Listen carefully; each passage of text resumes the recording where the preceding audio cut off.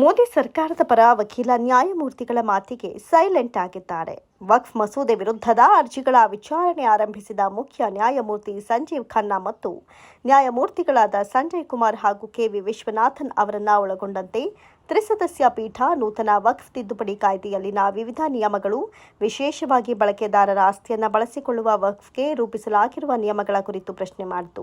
ವಕ್ಫ್ 2025ರ ಕಾಯ್ದೆ ವಿರುದ್ಧ ಅರ್ಜಿ ಸಲ್ಲಿಸಿರುವವರ ಪರ ವಾದ ಮಾಡಿದ ಹಿರಿಯ ವಕೀಲ ಕಪಿಲ್ ಸಿಬಲ್, ವಕ್ಫ್ ಮಂಡಳಿಯಲ್ಲಿ ಮುಸ್ಲಿಮೇತರರ ನೇಮಕಕ್ಕೆ ಅವಕಾಶ ನೀಡಿರುವುದು ಸಂವಿಧಾನದ 26ನೇ ವಿಧಿಯ ಉಲ್ಲಂಘನೆಯಾಗಿದೆ ಅಂತ ಹೇಳಿದರು. ಅರ್ಜಿ ವಿಚಾರಣೆಯ ವೇಳೆ ನ್ಯಾಯಾಧೀಶರು ಕೇಂದ್ರ ಸರ್ಕಾರವನ್ನು ತರಾಟೆಗೆ ತೆಗೆದುಕೊಂಡರು. ವಕ್ಫ್ ಮಂಡಳಿಗಳಲ್ಲಿ ಮುಸ್ಲಿಂ ಧರ್ಮದವರಲ್ಲದವರನ್ನೂ ಕೂಡ ಸದಸ್ಯರನ್ನಾಗಿಸಲು ಮುಂದಾಗಿದ್ದೀರಿ.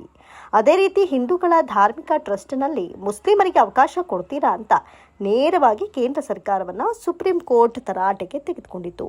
ಇನ್ನು ಮುಂದೆ ಮುಸ್ಲಿಮರನ್ನ ಹಿಂದೂ ದತ್ತಿ ಮಂಡಳಿಗಳ ಭಾಗವಾಗಲು ನೀವು ಅನುಮತಿಸುತ್ತೀರಾ? ಅನುಮತಿ ನೀಡೋದಾದ್ರೆ ಅದನ್ನು ಬಹಿರಂಗವಾಗಿ ಹೇಳಿ ಅಂತ ಸುಪ್ರೀಂ ಕೋರ್ಟ್ ಕೇಂದ್ರ ಸರ್ಕಾರದ ಪರವಾಗಿ ಹಾಜರಾದ ಸಾಲಿಸಿಟರ್ ಜನರಲ್ ತುಷಾರ್ ಮೆಹ್ತಾ ಅವರನ್ನ ಪ್ರಶ್ನಿಸಿತು.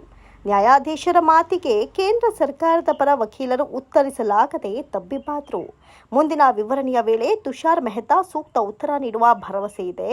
ವಕ್ಫ್ ಟ್ರಸ್ಟ್ ಮತ್ತು ಹಿಂದೂ ಟ್ರಸ್ಟ್ಗಳಿಗೆ ಇರುವ ವ್ಯತ್ಯಾಸದ ಬಗ್ಗೆ ವಾದ ಮಂಡಿಸುವ ನಂಬಿಕೆ ಇದೆ. ಇತರ ಧರ್ಮೀಯರಲ್ಲಿ ಅವರ ಧಾರ್ಮಿಕ ಸಂಸ್ಥೆಗಳನ್ನು ನಡೆಸುವ ಜವಾಬ್ದಾರಿಯನ್ನ ಅವರ ಸಮುದಾಯಕ್ಕೆ ನೀಡಲಾಗಿದೆ. ನಮ್ಮ ದೇಶದಲ್ಲಿ ಹಿಂದೂ ದೇವಾಲಯಗಳು ಮಾತ್ರ ಸರ್ಕಾರದ ಕಪಿಮುಷ್ಟಿಯಲ್ಲಿವೆ. ಇತರ ಧರ್ಮಗಳು ತಮ್ಮ ಧಾರ್ಮಿಕ ದೇವಾಲಯಗಳನ್ನು ನಿರ್ವಹಿಸಲು ಸ್ವತಂತ್ರವಾಗಿವೆ. ಆದರೆ ಸ್ವಾತಂತ್ರ್ಯದ ಹಲವು ದಶಕಗಳ ನಂತರವೂ ಹೆಚ್ಚಿನ ಹಿಂದೂ ದೇವಾಲಯಗಳು ಸರ್ಕಾರದ ನಿಯಂತ್ರಣದಲ್ಲಿವೆ. ಆದರೆ ವಕ್ಫ್ ಬೋರ್ಡ್ ಹಾಗಲ್ಲ. ವಕ್ಫ್ ಬೋರ್ಡ್ ಸದಸ್ಯರು ತಮ್ಮದು ಎನ್ನುವ ಭೂಮಿ ಅವರದ್ದೇ ಆಗುವ ಅಪಾಯವಿದೆ. ಈ ರೀತಿಯ ಬೋರ್ಡ್ ಹಿಂದೂ ಧರ್ಮದಲ್ಲಿ ಇಲ್ಲ. ಪಶ್ಚಿಮ ಬಂಗಾಳ ಸೇರಿದಂತೆ ದೇಶದ ಕೆಲವೆಡೆ ವಕ್ಫ್ 2025ರ ಮಸೂದೆಗೆ ವಿರೋಧ ವ್ಯಕ್ತವಾಗಿದೆ. ಪ್ರತಿಭಟನೆಗಳು ನಡೀತಾ ಇವೆ. ಆದರೆ ಇವೆಲ್ಲದರ ನಡುವೆಯೂ ಹಲವು ಮುಸ್ಲಿಂ ಬಾಂಧವರು ಮತ್ತು ಮುಸಲ್ಮಾನ್ ಸಂಘಟನೆಗಳು ವಕ್ಫ್ 2025ರ ಮಸೂದೆಗೆ ಬೆಂಬಲ ನೀಡಿವೆ ಮತ್ತು ಪ್ರಧಾನಿ ಮೋದಿ ಅವರಿಗೆ ಜೈಕಾರ ಹಾಕಿವೆ. ಇತ್ತೀಚೆಗೆ ಜಾರಿಗೆ ತಂದ ವಕ್ಫ್ ತಿದ್ದುಪಡಿ ಕಾಯ್ದೆ 2025ಕ್ಕೆ ಕೃತಜ್ಞತೆ ಸಲ್ಲಿಸಲು ಶಿಯಾ ಮುಸಲ್ಮಾನರಾದ ದಾವೂದಿ ಬೋಹ್ರಾ ಸಮುದಾಯದ ನಿಯೋಗ ಪ್ರಧಾನಿ ನರೇಂದ್ರ ಮೋದಿ ಅವರನ್ನ ಭೇಟಿ ಮಾಡಿದೆ. ಇದು ದಾವೂದಿ ಬೋಹ್ರಾ ಸಮುದಾಯದ ದೀರ್ಘಕಾಲದಿಂದ ಬಾಕಿ ಇರುವ ಬೇಡಿಕೆಯಾಗಿತ್ತು ಎನ್ನಲಾಗಿದೆ. ನಾವು ಪ್ರಧಾನಮಂತ್ರಿಯ ಸಬ್ಕಾ ಸಾಥ್, ಸಬ್ಕಾ ವಿಕಾಸ್, ಸಬ್ಕಾ ವಿಶ್ವಾಸ್ ಎಂಬ ದೃಷ್ಟಿಕೋನದಲ್ಲಿ ನಂಬಿಕೆ ಇಟ್ಟಿದ್ದೇವೆ ಎಂದಿರುವ ದಾವೂದಿ ಬೋಹ್ರಾ ಸಮುದಾಯ ಮೋದಿ ಅವರಿಗೆ ಧನ್ಯವಾದವನ್ನು ತಿಳಿಸಿದೆ.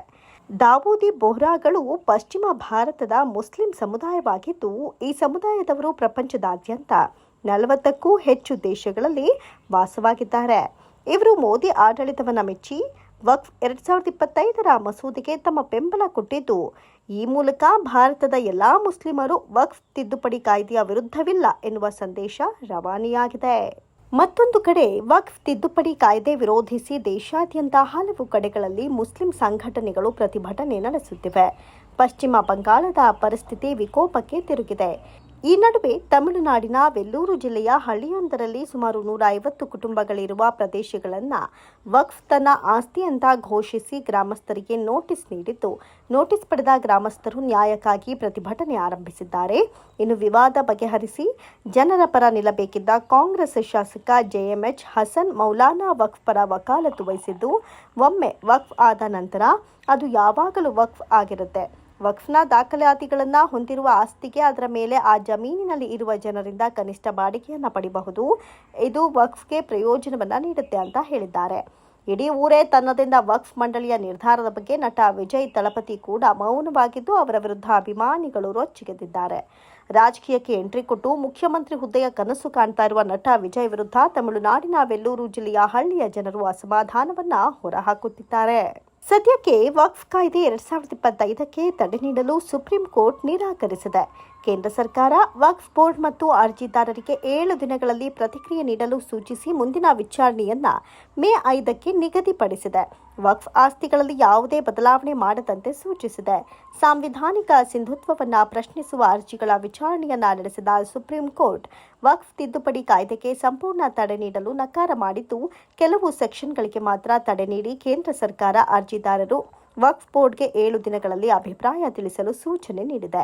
ವಕ್ಫ್ ಆಸ್ತಿಗಳಲ್ಲಿ ಯಾವುದೇ ಬದಲಾವಣೆ ಇಲ್ಲ ಅಥವಾ ಸ್ವರೂಪ ಬದಲಾವಣೆ ಮಾಡುವಂತಿಲ್ಲ ಮತ್ತು ವಕ್ಫ್ ಬೋರ್ಡ್ ಹೊಸ ನೇಮಕಾತಿ ಮಾಡುವಂತಿಲ್ಲ ಅಂತ ಸುಪ್ರೀಂ ಕೋರ್ಟ್ ಕಟ್ಟುನಿಟ್ಟಿನ ಆದೇಶವನ್ನ ಪ್ರಕಟಿಸಿದೆ.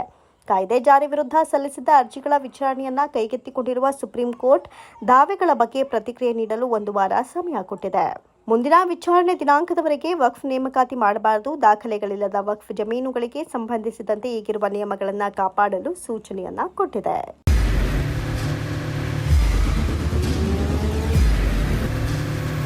ಪ್ರಜಾಮಾರ್ಗ ನ್ಯೂಸ್, ಇದು ಜನಸಾಮಾನ್ಯರ ಧ್ವನಿ.